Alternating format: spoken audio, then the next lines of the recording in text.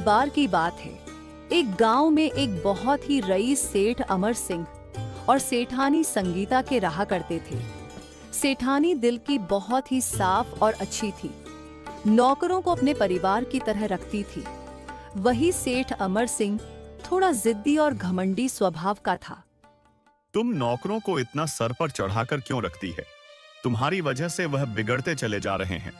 नौकरों को उनकी हैसियत के हिसाब से रखा जाता है।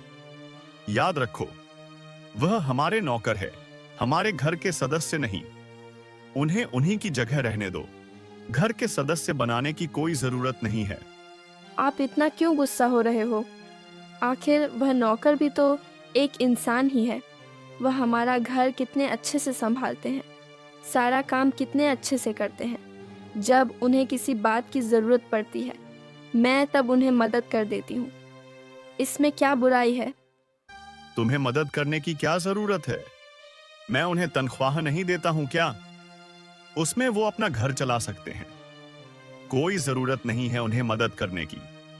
जो जिस हाल में है उसे रहने दो। आगे से कोई तुम्हें मदद मांगे तो उसे सीधा मना कर दो। माफ़ कीजिएगा, लेकिन मुझे लगता है उन्हें ज़रूरत के हिसाब से बहुत कम तनख्वाह मिलती है। उसमें उनका घर नहीं चल पाता। बेचारे इतने कम तनख्वाह में कैसे अपना घर चलाते होंगे? और उसमें भी अगर उनके परिवार के सदस्य बीमार पड़ जाते हैं तो उसके खर्चे के लिए भी उनके पास पैसे नहीं होते। जैसे तैसे वो तनख्वाह में अपना घर चलाते हैं। मुझे लगता है आपको उनकी तनख्वाह बढ़ा देनी चाहिए। हरगिज नहीं। मुझे तुम्हारी सलाह की कोई जरूरत नहीं है। मैं अच्छे से जानता हूं मुझे किसको कितने पैसे देने हैं। तुम्हें सिखाने की कोई जरूरत नहीं है। और हां, तुम्हारी हिम्मत भी कैसे हुई मेरे काम में दखलंदाजी करने की? यह तुम्हारा काम नहीं है, मेरा है। आइंदा मुझे तुम्हारे सुझाव की कोई जरूरत नहीं है। तुम्हारा जितना काम है तुम वो किया करो, समझी? संगीता को यह सुन बहुत बुरा लगता है। कुछ दिन ऐसे ही बीत जाते हैं। एक दिन दोनों पति पत्नी बैठे ऐसे ही बातें कर रहे होते हैं। तभी अमर सिंह संगीता से पूछता है, संगीता, मुझे एक बात बताओ, तुम्हारे नजर में मेरी क्या कीमत है? जी सच सच बताऊं तो मेरे लिए आप एक नमक की तरह जो खाने में डाला जाता है। यह सुन अमर सिंह को बहुत गुस्सा आता है। वह झट से खड़ा होकर बोलता है, क्या कहा तुमने? मेरी कीमत तुम्हारे नजर में सिर्फ एक नमक की है? वह नमक जो कोड़ी में बिकता है। मुझे तुमसे यह उम्मीद नहीं थी कि तुम मुझे यह जवाब दोगी। मेरी पूरी बात तो सुन लीजिए। कोई जरूरत नहीं है। मुझे जो सुनना था मैंने सुन लिया। मुझे अब समझ में आ गए कि मेरी कीमत क्या है। तुमसे कई ज्यादा कीमत तो लोग मेरी करते हैं। सचमुच संगीता, मुझे तुमसे यह उम्मीद नहीं थी। तुमने आज मेरा मन दुखाया है। लेकिन मेरी पूरी बात तो सुनिए। रहने दो संगीता, अब इस बात का कोई मतलब नहीं। मुझे व्यापार के सिलसिले में जाना है। मैं 2-4 दिन में लौट आऊंगा। ऐसा कहकर अमर सिंह व्यापार के सिलसिले में बाहर चला जाता है। 2-4 दिन बीतने के बाद अमर सिंह वापस आता है। वह देखता है कि उसके घर के बाहर एक छोटा सा पौधा उग आया है। संगीता अमर को देख बहुत खुश होती है। अरे आप आ गए। सफर कैसा रहा? आप ठीक तो है ना? हाँ संगीता, मैं तो ठीक हूँ। लेकिन यह छोटा सा पौधा तो देखो, यहाँ तो हमने कोई बीज नहीं डाला था। फिर यह पौधा कैसे उगाया? पता नहीं, शायद कोई पक्षी यहाँ बीज छोड़कर गया होगा। यह जरूर जामुन का पौधा है। नहीं, मुझे लगता है यह आम का पौधा है। नहीं संगीता, मेरा अंदाजा झूठ हो ही नहीं सकता। मैं कह रहा हूं ना, यह जामुन का पौधा है, आम का नहीं। तुम्हें पौधों की समझ नहीं है। मैं अच्छी तरह से जानता हूं, यह जामुन का ही पौधा है। नहीं, यह जामुन नहीं, आम का ही पौधा है। भले ही आपको समझ होगी, लेकिन इस बार मैं ही सही हूँ। यह पौधा आम का ही है। यह तुम क्या कह रही हो? जब मैं तुमसे कह रहा हूं यह आम का पौधा है, तुम मानती क्यों नहीं? मैं देख रहा हूं आजकल तुम खुद की ही चला रही हो। तुम अपने आप को समझने क्या लगी हो?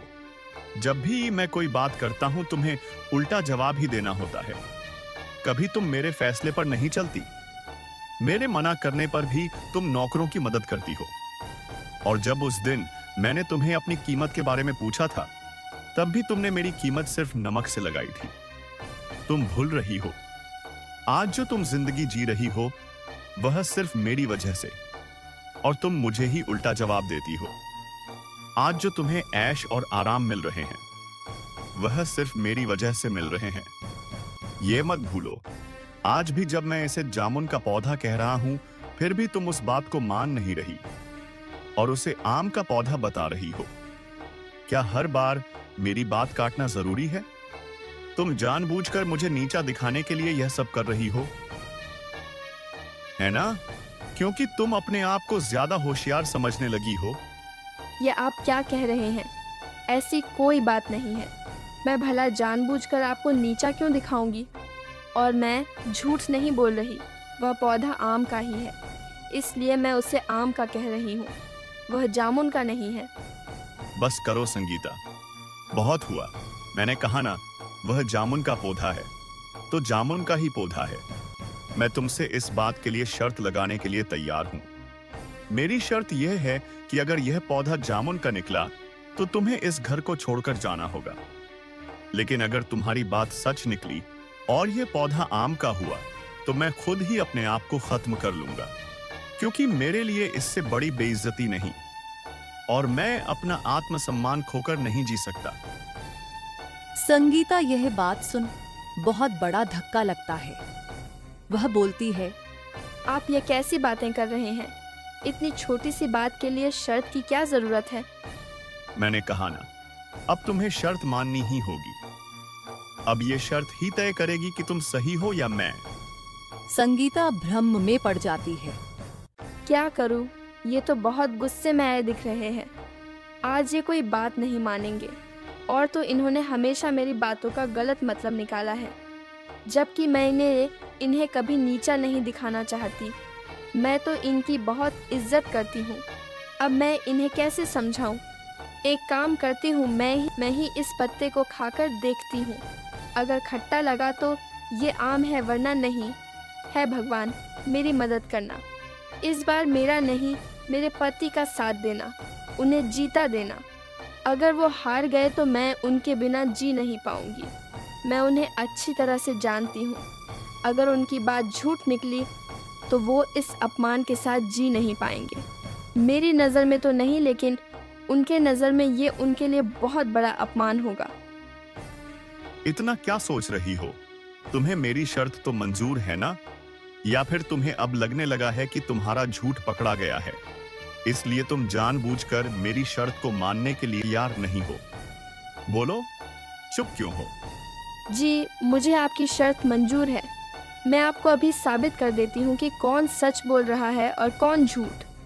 मैं इसका एक पान का पत्ता खाकर देखती हूँ। अगर वह पत्ता खट्टा निकला तो यह आम है, अगर नहीं तो जो आप कह रहे हैं वही सच है। ठीक है, तुम खाकर देखो।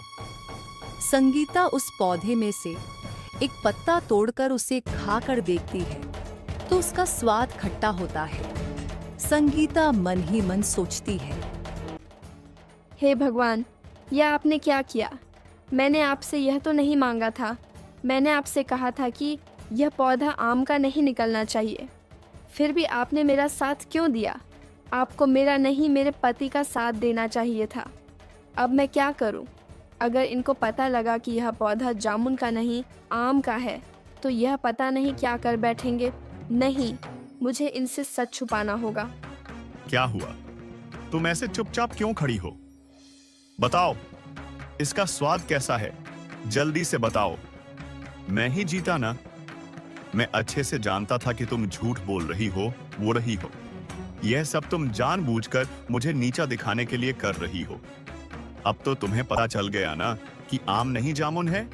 चुपचाप क्यों खड़ी हो? बोलती क्यों नहीं? या फिर तुम्हारी बोलती बंद हो गई? ठीक है, तुम्हें नहीं बात करनी है, मत करो। मैं ही खाकर देखता हूं। नहीं नहीं, आपको पत्ते खाने की कोई ज़रूरत नहीं है। मैं हार गई। यह खट्टा नहीं है, यह जामुन का ही पौधा है। मुझे लगा यह आम का पेड़ होगा, इसलिए मैंने कहा। मैं आपका अपमान नहीं करना चाहती थी, ना ही आपकी बात को काटना चाहती थी, लेकिन फिर भी मैं आपसे माफ़ी चाहती हूँ कि मैंने आपकी बात नहीं मानी। यह जामुन का ही पौधा है। देखा, मैंने कहा था ना, इसलिए तो अब तक भूत बने खड़ी हुई थी। तुम्हें लगा कि इस बार तुम मुझे हरा दोगी, लेकिन तुम्हारे मन मुताबिक नहीं हुआ तो तुम्हें बुरा लग रहा होगा कि इस बार तुम मुझे मात नहीं दे पाई। मैं अच्छी तरह से जानता हूं कि तुमने जानबूझकर इस पौधे को आम का क्यों बताया, क्योंकि तुम अपनी मनमानी करना चाहती थी, अपने आप को सच्चा और मुझे झूठा साबित करना चाहती थी।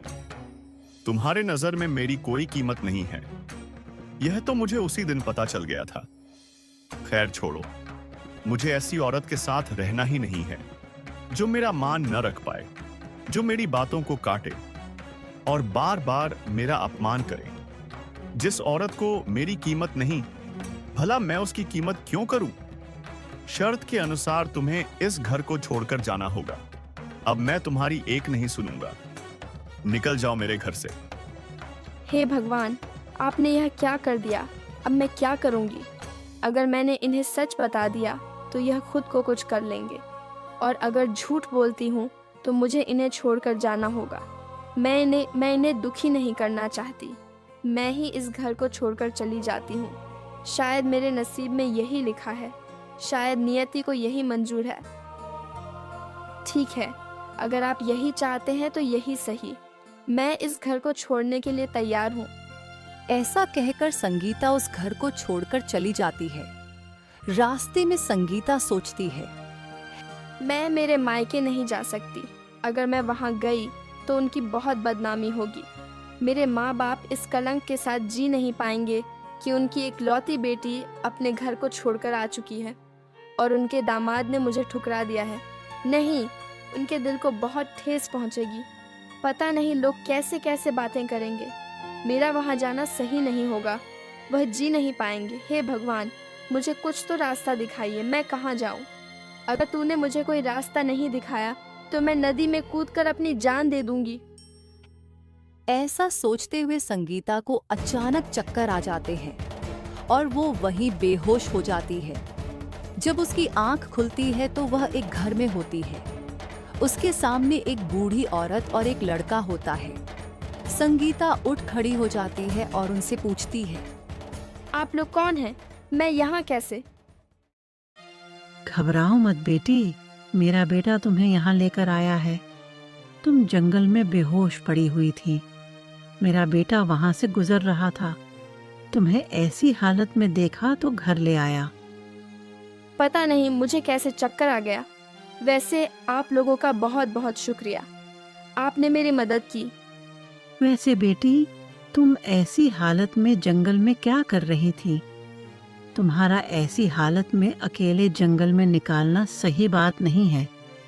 तुम्हें शुरुआत के 3 महीने तो बहुत संभाल कर रहना चाहिए। तुम्हारे घर वाले कहाँ हैं? क्या वह तुम्हारा ख्याल नहीं रखते? ऐसी हालत मतलब? मैं तो बिल्कुल ठीक हूँ। मैं कुछ समझी नहीं, आप क्या कहना चाहती हैं?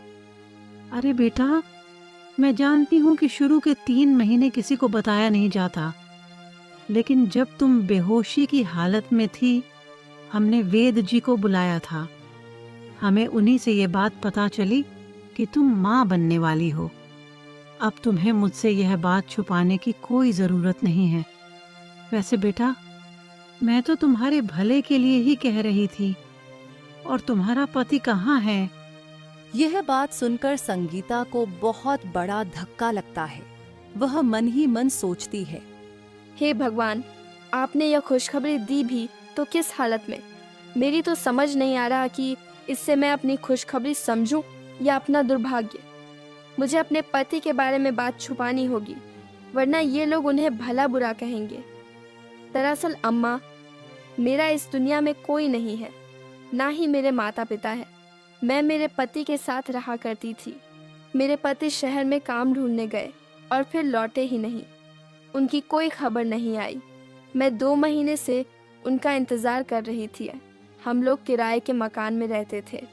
मकान मालिक ने भी 3-4 महीने से किराया न मिलने की वजह से मुझे उस घर से निकाल दिया और फिर मैं उन्हें ढूंढने के लिए निकल पड़ी।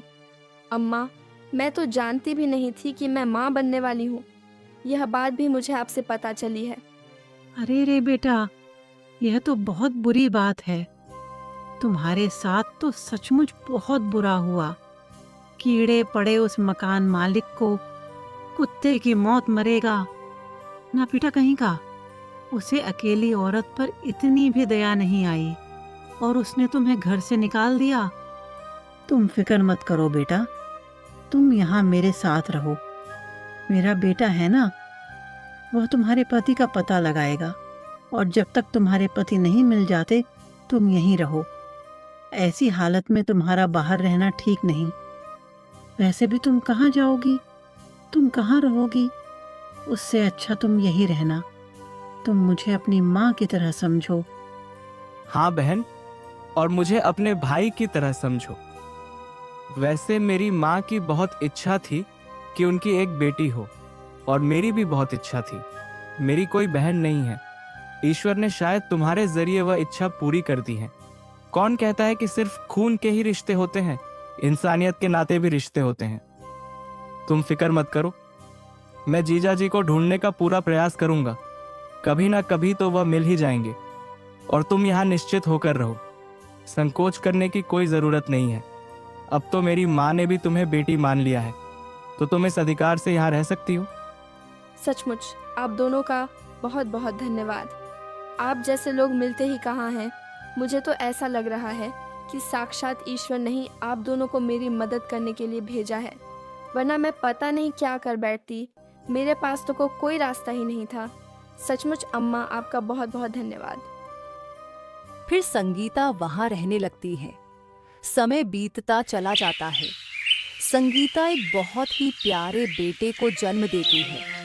समय के साथ साथ वह पौधा भी बड़ा हो चुका है जिस पर आम लगे होते हैं। अमर सिंह को आम के फलों को देखकर बहुत बड़ा धक्का लगता है। ये क्या? इस पर तो आम लगे हैं। नहीं, ये सच नहीं हो सकता। ये कैसे हो सकता है? ये तो जामुन का पेड़ था। इस पर आम कैसे लगा सकते हैं? इसका मतलब संगीता ने सच कहा था, लेकिन उसने मुझसे झूठ क्यों कहा? उसने तो इस पर पौधे के पत्ते खाकर देखे थे। फिर उसने झूठ क्यों कहा कि वह जामुन का पौधा था? आखिर उसने ऐसा क्यों किया? हे भगवान, मुझसे कैसी बड़ी गलती हो गई। मैंने उसको उस गलती की सजा दी जो उसने की ही नहीं थी। अब मैं क्या करूं? उसे कहां ढूंढूं? पता नहीं वह कहां गई होगी। काश मैं भी उस दिन इस पेड़ के पत्ते खाकर देख लिया होता, तो शायद मैं इतना बड़ा कदम नहीं उठाता। मैं उस दिन बहुत गुस्से में था। मुझसे बहुत बड़ी गलती हो गई। मुझे संगीता का पता लगाना ही होगा। मुझे आज अपने आप पर शर्म आ रही है। मुझे बहुत पछतावा हो रहा है। मैं ऐसे नहीं जी सकता है। मुझे मेरी संगीता को ढूंढना होगा। मुझे उससे इस सवाल का जवाब जानना है। मुझे उसे ढूंढना होगा। अमर सिंह अपने आदमियों से कहकर संगीता के बारे में पता लगाने के लिए कहता है। यहाँ संगीता अपने बेटे के साथ रह रही होती है। संगीता का मुंह भोला भाई गोपाल अपने भांजे को बहुत प्यार करता है। उसे हमेशा अपने साथ घूमने के लिए लेकर जाता है। उसकी सारी जरूरतमंद की चीज उसे दिलाता है। वो भी गोपाल मामा कहकर बुलाता है। और संगीता का बेटा बहुत शरारती होता है। इसकी शिकायत लेकर एक औरत आती है। अरे ओ गोपाल, अपने भांजे को समझा के रख। दिन ब दिन इसकी शरारत बढ़ती जा रही है। सुबह में पानी भरने जा रही थी तो इसने मेरे घड़े पर पत्थर दे मारा और मेरा घड़ा फोड़ दिया। तुम लोगों ने इसे कुछ ज्यादा ही सर पर चढ़ा रखा है। यह लाड़ प्यार तुम्हारे घर में चलता होगा, हमारे घर में नहीं। तुम्हारे भांजे ने मेरा नुकसान करवाया है। तुम लोग इसे कुछ नहीं कहते, इसलिए इसकी शरारत बढ़ती जा रही है। इसे काबू में रखना सीखो, वरना एक दिन यह कोई बड़ी मुसीबत लेकर आएगा। तब पछताने से कोई फायदा नहीं होगा। माफ करना दीदी, मैं आपको अभी नया घड़ा देता हूँ, इसे माफ कर दीजिए। छोटा बच्चा है, उसे इतनी समझ नहीं है, धीरे धीरे सब समझ जाएगा। मैं उसे समझाऊंगा। मैं शाम तक आपको नया घड़ा लाकर दे दूंगा, आप फिक्र मत कीजिए। हाँ ठीक है, वह तो तुम लाकर ही दोगे, क्योंकि तुम्हारे भांजे ने जो नुकसान करवाया है, खामियाजा तो तुम्हें ही भुगतना होगा। और हाँ, तुम्हारे ही भले के लिए कह रही हूँ, इसे काबू में रखो, वरना तुम्हारा भांजा ऐसे ही नुकसान पर नुकसान करता जाएगा और तुम जिंदगी भर उसका खामियाजा भुगतते रहोगे। वह औरत ऐसा कहकर वहां से चली जाती है। संगीता उसके बेटे को डांटती है। क्यों रे मुन्ना, तूने ऐसे क्यों किया? तुझे क्या जरूरत थी उस औरत के मटके फोड़ने की? तू क्या अपने आप को कृष्ण समझता है? बेटा, यह वह जमाना नहीं है, यह आज का जमाना है। तुमने देखा नहीं, उस औरत ने तुम्हारे मामा को कितना कुछ सुना दिया। तुम हर बार यही करते हो। तुम्हारी वजह से तुम्हारे मामा को कितना कुछ झेलना पड़ता है। तुम हमेशा उनका नुकसान करवाते हो। आइंदा अगर ऐसी कोई भी शिकायत आई तो याद रखना, तुझे ऐसी सजा दूंगी कि तू याद रखेगा। छोड़ो ना संगीता दीदी, छोटा बच्चा है, उसे इतना मत डांटिए, उसे प्यार से समझाइए तो समझ जाएगा। गोपाल, तुमने ही इसे सर पर चढ़ा कर रखा है। मैं जब भी इसे कुछ कहती हूँ तुम इसे बचा लेते हो। तुम्हारी वजह से यह इतना बिगड़ गया है कि मेरी एक बात तक नहीं सुनता। उसे पता है कि तुम उसकी तरफदारी कर देते हो, इसलिए यह मुझसे बिल्कुल नहीं डरता और इसके जो मन में आए वह करता है। दीदी, मैंने कहा ना कि छोटा बच्चा है, आज न कल उसे भी समझ आ जाएगी कि उसे कब क्या करना चाहिए और क्या नहीं। अभी उसे इतनी समझ नहीं है। अब शरारत नहीं करेगा तो कब करेगा? उसकी उम्र ही कितनी है। आप उसे मत डांटिए, मैं उसे प्यार से समझा दूंगा और आपको उसकी चिंता करने की जरूरत नहीं है। उसका मामा है ना, सब संभाल लेगा। इस गांव में किसी की मजाल नहीं जो मेरी भांजे के तरफ उंगली उठाए। वह तो औरत थी, इसीलिए मैंने उसे कुछ नहीं कहा। आप तो जानती हो कि मैं औरत की बहुत इज्जत करता हूँ। अगर उसकी जगह कोई आदमी होता तो मैं उसे अच्छा सबक सिखाता। गोपाल, यह ठीक बात नहीं है। जो गलत है वह गलत है। मैं नहीं चाहती कि इसकी वजह से तुम पर कोई मुसीबत आ जाए। अरे दीदी, आप इतनी चिंता क्यों करते हो? मैंने कहा ना कुछ नहीं होगा। मैं इसे प्यार से समझा दूंगा, आप इतनी चिंता मत किया करो। उसका मामा है ना, सब संभाल लेगा। कुछ दिन ऐसे ही बीत जाते हैं। एक दिन अमर सिंह के पास उसका पुराना व्यापारी दोस्त आता है। व्यापार के सिलसिले में दोनों बातें करते हैं। तो अमर सिंह, मैं ये सौदा पक्का समझूं ना? हाँ बिल्कुल तेजपाल, तुम्हें जितनी अनाज की बोरियां चाहिए मैं तुम्हें देने के लिए तैयार हूं। अगले महीने में भिजवा दूंगा। गोपाल कहीं जा रहा होता है, तभी उसकी मुलाकात तेजपाल से होती है। अरे गोपाल, मेरे दोस्त तुम कितने दिनों के बाद मिल रहे हैं? कहाँ जा रहे हो? अरे तेजपाल, मैं तो यही रहता हूँ, नजदीकी मेरा घर है। वैसे तुम इस गांव में कैसे? तुम तो शहर में रहते थे ना? तुमने तो बताया भी नहीं तुम गांव कब आए। तुम तो बिना बताए ही शहर से अचानक गायब हो गए। हाँ तेजपाल, शहर में मन नहीं लगता था। पिताजी और अम्मा गांव में ही रहते थे। फिर पिताजी का देहांत हो गया, अम्मा अकेले ही रह गईं और अम्मा का बिल्कुल भी मन नहीं था, इसीलिए वह शहर नहीं आना चाहती थी। मेरा भी अकेले शहर में मन नहीं लगता था और गांव में अम्मा भी अकेली थी, तो मैंने सोचा मैं भी गांव में ही रहने लगता हूँ। और वैसे हमारी खेती बाड़ी भी बहुत थी, इसलिए मैं गांव रहना ही बेहतर समझा। वैसे शहर का जीना भी कोई जीना है, मुझे गांव में बहुत अच्छा लगता है। बहुत सारे मजदूर हैं जो खेत का काम संभाल लेते हैं। यहाँ कोई दिक्कत नहीं है, साफ हवा है, साफ सुथरा पानी है। शहर से तो अच्छा ही है। अच्छा भाई, तो यह बात है। वैसे तेरा घर कहाँ है? अपने घर में लेकर नहीं जाएगा? अरे बिल्कुल, क्यों नहीं। तू तो सिर्फ घर ले जाने की बात कर रहा है। मैं तो कहता हूँ कुछ दिन मेरे घर पर ही रहे, तू शहर को भूल जाएगा। थोड़े दिन गांव में रहकर भी तो देख कि कितना अच्छा लगता है। मैं गारंटी लेता हूँ कि तुझे शहर फीका लगने लगेगा। चलो ना, पास में ही मेरा घर है। अच्छा भाई, ठीक है, तू कहता है तो कुछ दिन तेरे यहाँ रह लेता हूँ। ऐसा कहकर गोपाल तेजपाल को अपने घर लेकर जाता है। तेजपाल की नजर जैसे ही संगीता पर पड़ती है, वह उसे देखता ही रह जाता है। अरे गोपाल, ये कौन है?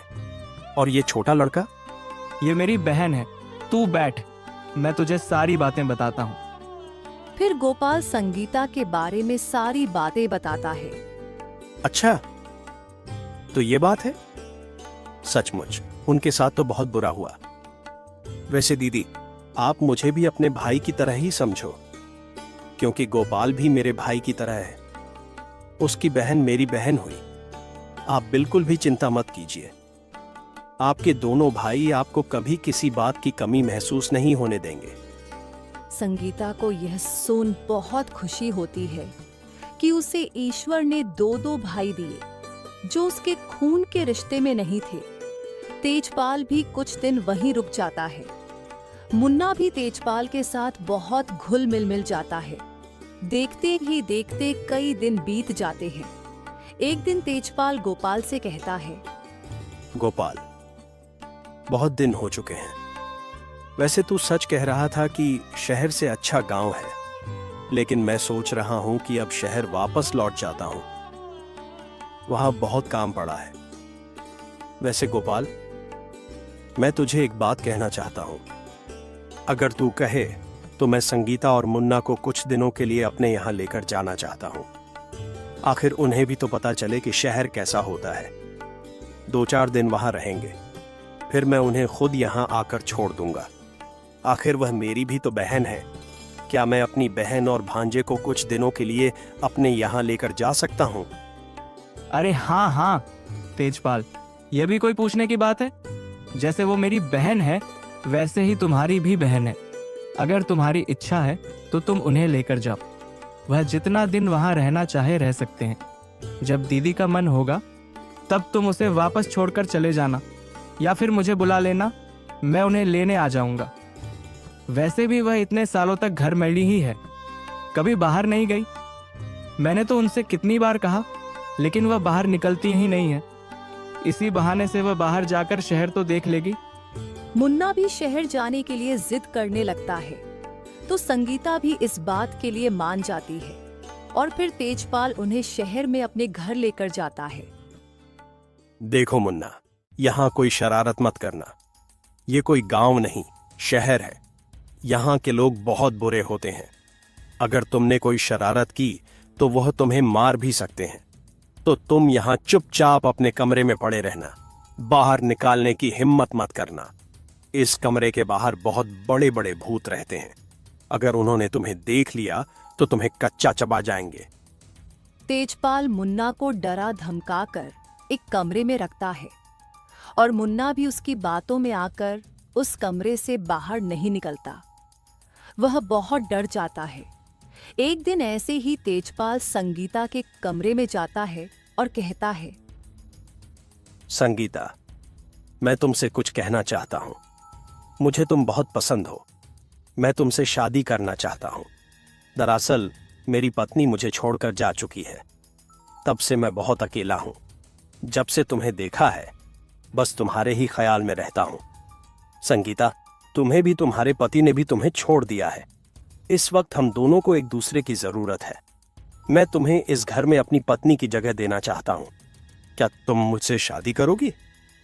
यह बात सुनकर संगीता को बहुत बड़ा धक्का लगता है। यह तुम क्या बके जा रहे हो? होश में तो हो। मैं शादीशुदा हूँ और मेरे पति भी जिंदा है। तुम्हारी हिम्मत भी कैसे हुई मुझसे ऐसी बात करने की? मैंने तो सोचा भी नहीं था कि तुम्हारे मन में ऐसी गंदगी भरी है। तुम इतने दिनों तक तो मुझे बहन का कहते थे। मैं तो सोच भी नहीं सकती थी कि तुम्हारे मन में इतनी गंदी बातें चल रही हैं। तुमने एक बहन और भाई के रिश्ते को कलंकित किया है।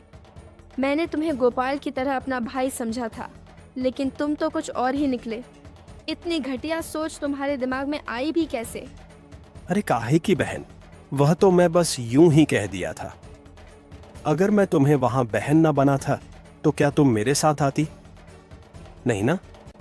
और ना ही गोपाल तुम्हें मेरे साथ भेजता। इसलिए मैंने बहन भाई का नाटक किया। मुझे तो तुम उसी दिन पसंद आ गई थी जिस दिन मैं गोपाल के घर आया था। तब मैंने ठान लिया था कि तुम्हें अपना बनाकर रहूंगा, चाहे उसके लिए मुझे कितना भी नाटक क्यों ना करना पड़े। नीच और घटिया आदमी, मैं तुम्हारे मंसूबे कभी पूरे नहीं होने दूंगी। अभी के अभी गोपाल को यहाँ बुलाओ। मैं उसे तुम्हारे बारे में सारी सच्चाई बता दूंगी। तुम कितने घटिया और गिरे हुए आदमी हो। तुम्हें क्या लगता है कि मैं गोपाल को यहां बुलाऊंगा? बिल्कुल भी नहीं। अब तुम उस मुंह बोले भाई को भूल जाओ। मेरे बारे में सोचो। हम दोनों अपनी जिंदगी आराम से बिताएंगे। शादी के लिए हां कर दो। वैसे भी तुम खुद तो अनाथ हो, तुम्हारा तो कोई भी नहीं है। मैं तुम्हें इतनी अच्छी जिंदगी दे रहा हूं तो हां करने में तुम्हारा क्या जाता है? तुम्हारा ही फायदा है। हां कर दो, वरना तुम सोच भी नहीं सकती मैं तुम्हारे और तुम्हारे बच्चे के साथ क्या करूंगा। तुम्हारी हिम्मत भी कैसे हुई मेरे बच्चे का नाम लेने की? मुन्ना कहाँ है? तुमने उसके साथ क्या किया है?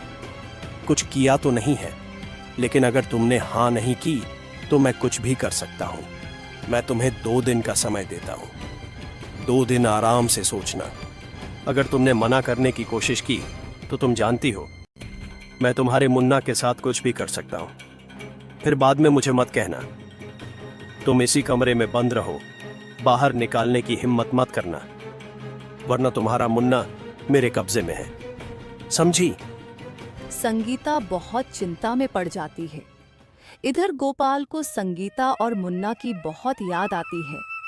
वह अपनी माँ से कहता है, जब से दीदी और मुन्ना यहाँ से गए हैं मेरा तो इस घर में मन ही नहीं लग रहा। मुझे मुन्ना की बहुत याद आ रही है। तो तूने उन्हें यहाँ से भेजा ही क्यों? एक काम कर, तू भी कुछ दिनों के लिए तेजपाल के यहाँ चला जा। फिर आते समय दोनों को लेकर ही आना। हाँ माँ, तुम बिल्कुल सही कह रही हो। यही सही रहेगा। मैं भी वहाँ कुछ दिनों के लिए चला जाता हूँ। मैं जल्दी आ जाऊँगा। मैं आज ही जाता हूँ। ऐसा कहकर गोपाल तेजपाल के यहाँ जाने के लिए निकल पड़ता है। वहां पहुंचने के बाद तेजपाल उसे देख हक्का बक्का रह जाता है। गोपाल, तुम यहाँ किस लिए आए हो? किस लिए मतलब? क्या मैं तुम्हारे घर नहीं आ सकता? वैसे मुझे दीदी और मुन्ना की बहुत याद आ रही थी, इसलिए मैंने सोचा क्यों ना मैं भी तुम्हारे यहाँ कुछ दिन रह लूँ और फिर दीदी और मुन्ना को यहाँ से अपने साथ लेकर जाऊँगा। यह बात सुनकर तेजपाल की पैरों तले जमीन खिसक जाती है। ऐसे भूत बनकर क्यों खड़े हो? दीदी कहाँ है?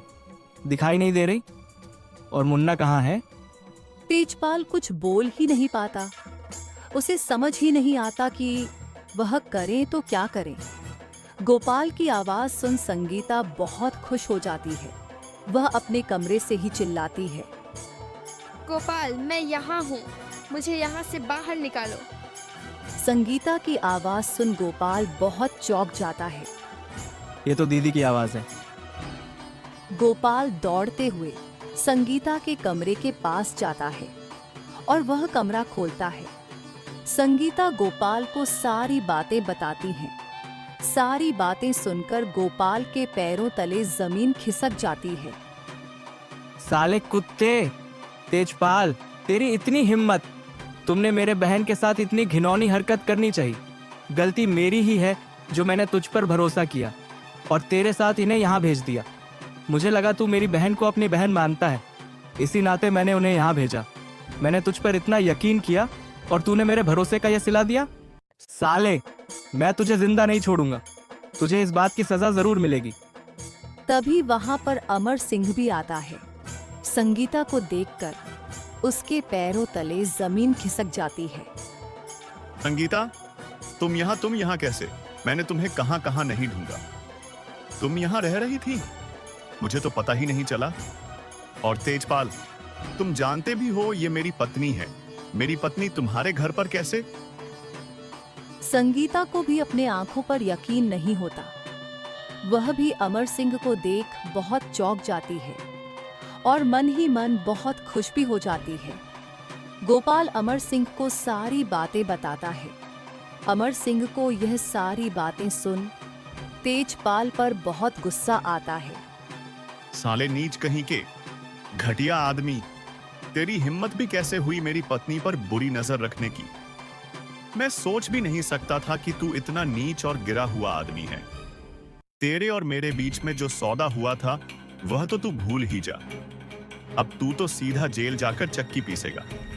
मैं अभी दरोगा जी को बुलाता हूं। तूने मेरी पत्नी और मेरे बेटे को जबरन यहां रखा है, उनके साथ जबरदस्ती करने की कोशिश की है, धोखाधड़ी की है। तुझे इस बात की सजा जरूर मिलेगी।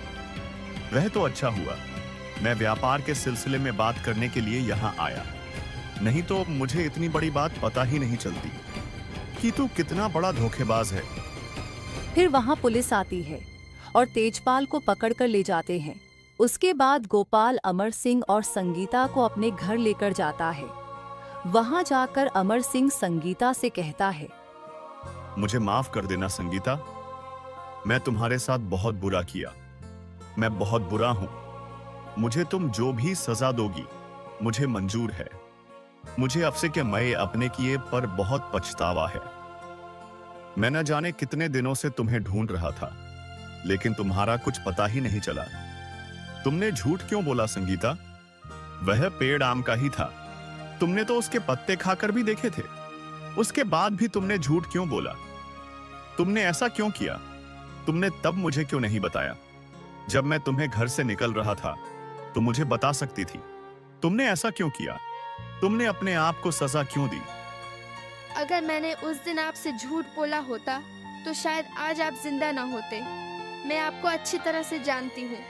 आपके लिए आपका आत्मसम्मान ही सब कुछ है। अगर उस दिन मैं झूठ ना बोलती तो आप अपना आत्मसम्मान को बैठते और आप ऐसे जी नहीं पाते। इसलिए मैंने झूठ बोला। और आपको याद है एक बार आपने मुझसे पूछा था कि आपकी कीमत मेरी नज़रों में क्या है? तब मैंने आपको नमक कहा था। आपको उस बात का भी बहुत गुस्सा आया था। आपने मेरी पूरी बात सुनी भी नहीं। अगर सुनते तो मैं आपको यही कहती कि जिस तरह हर भोजन, हर खाना नमक के बिना अधूरा है, बेस्वाद है, इसी तरह मेरी ज़िंदगी भी आपके बिना अधूरी है, बेस्वाद है। आपके बिना मेरी ज़िंदगी में कोई स्वाद नहीं। वह एक नीरस भोजन की तरह है जो बिना नमक का होता है। यह सारी बातें सुनकर अमर सिंह को बहुत बुरा लगता है। वह संगीता से माफी मांगता है और गोपाल से कहता है, तुम्हारा बहुत बहुत धन्यवाद गोपाल, जो तुमने मेरी पत्नी और मेरे बच्चे का इतने अच्छे से ख्याल रखा। मैं अपनी पत्नी और बच्चों को अपने घर लेकर जाना चाहता हूँ। आज मैं एक भाई से उसकी बहन को ले जाने के लिए इजाजत मांगता हूँ। तुम्हारी मंजूरी हो तो क्या मैं इन्हें लेकर जा सकता हूँ?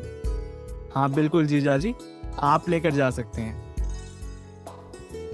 तुम्हारा जब भी मन करे तो हमारे घर आ सकते हो। आखिर वो घर तुम्हारे बहन का घर है, तुम्हारे भांजे का घर है। तुम्हारा जब भी मन करे तुम अपने बहन को तुम्हारे घर भी ला सकते हो। आखिर यह उसका मायका जो है। तुमने एक मायके का पूरा फर्ज निभाया है। और इस तरह संगीता अपने पति के साथ अपने घर लौट जाती है और खुशी खुशी रहने लगते हैं। उस दिन से अमर सिंह भी पूरी तरह से बदल जाता है।